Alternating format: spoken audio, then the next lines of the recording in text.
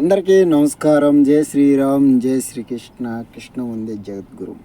చూస్తున్నారు కదా భగవద్గీత మీకు ఆల్రెడీ వీడియో పెట్టాను. మళ్ళీ ఈ వీడియో ఎందుకు చేస్తున్నానంటే, భగవద్గీత నేను చదివేటప్పుడు అచ్చ తెలుగులో ఉంది, అంటే ఒత్తులతో ఎక్కువ ఉంది. తర్వాత చాలా విషయాలు అర్థం చేసుకోవడానికి కొంచెం టైం పడుతుంది. చదివిన వెంటనే అర్థమైపోయిన వెంటనే మనం పాటించలేము, సమయం పడుతుంది దేనికన్నా సరే. కాబట్టి కష్టంగా ఉందని చెప్పి వదిలేం కదా, దీన్ని పట్టుదలగా సాధిద్దాం. అలాగే నేను కూడా చదువుతున్నాను, మీకోసం కొన్ని శ్లోకాల్లో ఉన్న అర్థాలను వివరిస్తాను. అర్థం చేసుకొని మీరు వాటిని ధ్యానించండి. విభూది యోగము 14వ శ్లోకంలో ఉన్న చిన్న తాత్పర్యం కోసం, అంటే చిన్న సన్నివేశం కోసం మనం మాట్లాడుకుందాము.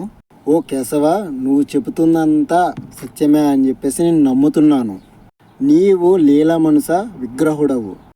నీ లీలలు దేవతలు కూడా తెలుసుకోలేరు. అంటే చిన్న విషయం మీకు అర్థం తెలియజేస్తున్నాను, స్పష్టంగా వినండి జాగ్రత్తగా. ఓ కేశవ, నువ్వు చెప్పిందంతా నిజమే, అంటే నువ్వు చెప్తున్నంత నిజమే దేవుడా. నువ్వు చెప్తున్నంతా కూడా నేను నమ్ముతున్నాను. నీ లీలమనుస విగ్రహుడు అంటే ఏంటంటే, ఒక కదిలించలేని శక్తి లాంటి వాడివి, ఒక కఠినమైన వాడివి. కాబట్టి నీ లీలలు దేవతలు కూడా తెలుసుకోలేరు.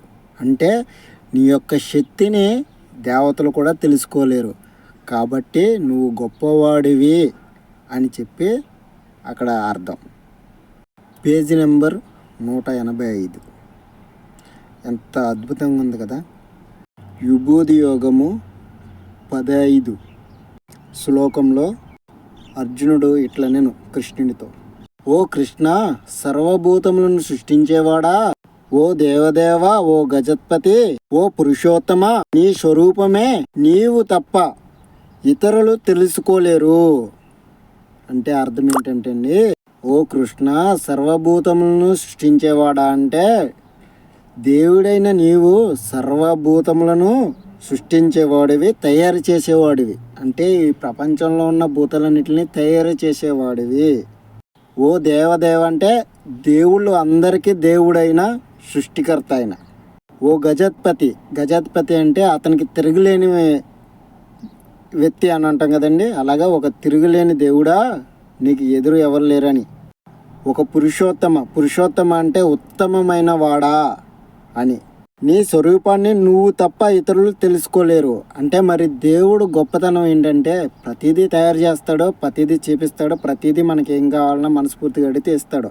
కాబట్టి మనం ప్రతిదీ దేవుడు ఇచ్చాడని అనుకుంటాం, కానీ దేవుడికి ఒక రూపం ఉందని చెప్పేసి మనం కూడా ఊహించలేనంత గొప్ప రూపం ఆయనకు ఉంది అని ఆయన తెలియజేస్తున్నాడు అన్నమాట. ఎవరు? అర్జునుడు కృష్ణుడితో మాట్లాడుతున్నప్పుడు సందర్భంలో అర్జునుడు అన్నాడు, నీ రూపం కూడా మా అందరికన్నా గొప్పగా నీకే తెలుసు అని చెప్పేసి ఆయన గొప్పగా పొగుడుతున్నాడు. ఓకేనండి. ఈ భగవద్గీత వినడం, నేను అనుకోకుండా చదవడం, చాలా విషయాలు తెలుస్తున్నాయి. చూడండి ఎంత గొప్ప విషయాలు, ఎన్ని అర్థాలు ఉన్నాయి. ఇవన్నీ చదువుతుంటే ఎంత మనశ్శాంతిగా ఉందో తెలుసా అండి. ఎంత మనశ్శాంతిగా ఉందో, ఎంత మంచి ఆలోచనలు వస్తున్నాయో, ఎంత మంచి విషయాలు జరుగుతున్నాయో తెలుసా అండి. కాబట్టి ప్రతి ఒక్కరూ చదవండి, తెలుసుకోండి, నేర్చుకోండి. మీరు కూడా భగవద్గీత లేకపోతే నాకు కామెంట్ చేయండి, ఏదో రకంగా చూద్దాం, ఎక్కడి నుంచైనా తెప్పిద్దాం, ఏదో చేద్దాం. సరేనండి. చదవండి, ప్రతి ఒక్కరు తెలుసుకుని చదవండి, నేర్చుకోండి. ప్రతి ఒక్కరు కూడా చాలా మట్టికి చదువుతూ ఉంటారు, వింటూ ఉంటారు. కాబట్టి చాలా సంతోషం. ఈ వీడియోలు చూసి కూడా మీరు లైక్ చేయడం, మళ్ళీ మీరు మంచి మంచి కామెంట్లు చేయడం అన్నది కూడా ఆ ఘనతంతా కూడా ఆయనకి, ఎవరికి? ఆ శ్రీకృష్ణుడికి, ఆ మహా గోపాలుడికి వెళ్తాయండి. సరేనండి.